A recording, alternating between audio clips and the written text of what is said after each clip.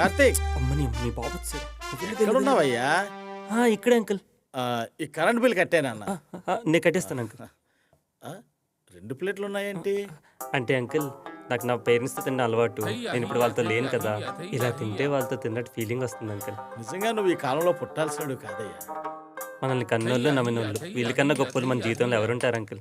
ఇప్పుడు చూడండి, మీకు నాకు ఎలాంటి రిలేషన్ లేకపోయినా మీరు నన్ను ఎంతగా నమ్ముతున్నారు. నా దృష్టిలో మీరు చాలా గొప్పలు అంకుల్. నీలాంటోడు మా చెల్లి